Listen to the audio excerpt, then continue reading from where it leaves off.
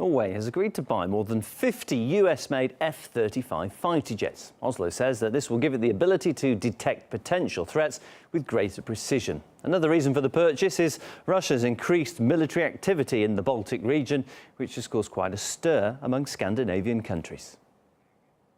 Russian forces practiced invasion of Norway, Finland, Denmark and Sweden. Norway premieres Russian invasion television series. Russia rehearsed invasion of Sweden.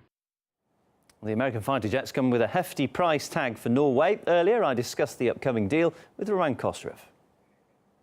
Well, these planes are certainly very expensive. We're not sure about the complete deal price, as this deal is still in the making. But what we do know is that each unit costs at least 120 million US dollars. So times that by 52 and you will get an approximate figure of how much Norway is about to pay for these airplanes.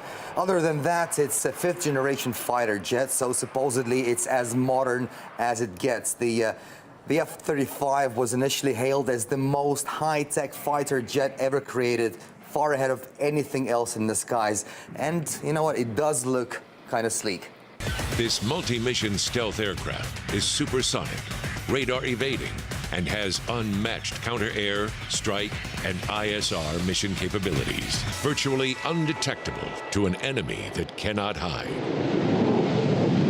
OK, so it certainly looks, slick, impressive. Does that mean the Norwegians are pretty savvy when it comes to planes? They're getting a good deal here? You know, experts have reviewed this particular aircraft and they just said it's simply not very good, and it's, these capabilities lack in comparison to others for the 21st century warfare. So, 4 key points that the experts said that are wrong with this plane.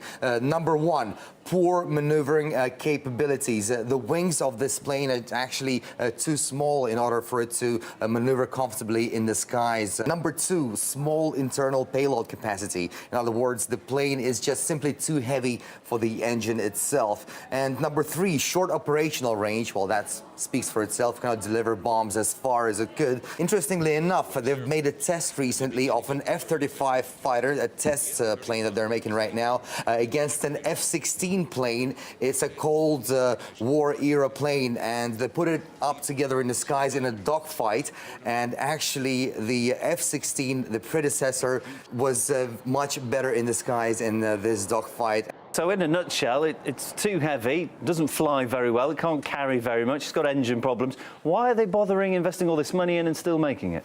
You know, it's a military program. This plane's been in development since mid-90s, I believe, and they've put a lot of cash into it already. Actually, the figures put the amount that they spent up to 400 billion US dollars. So far, what we do know that this is the most expensive plane ever built, and what we also know is that it cannot outperform other planes from Cold War era. Well, earlier we heard from the co-president of the International Peace Bureau. She doubts that the warplanes represent value for money for Norway. We don't know if these enormously expensive fighter jets will ever function, because they have not been tested, and there is a lot of discussion as to the electronics and why do we need them. To me and to the peace movement, they are nothing that we need. We are participating in the out-of-area missions of NATO, but these out-of-area missions have been scaled down. It seems that it is part of our NATO obligation, so to say.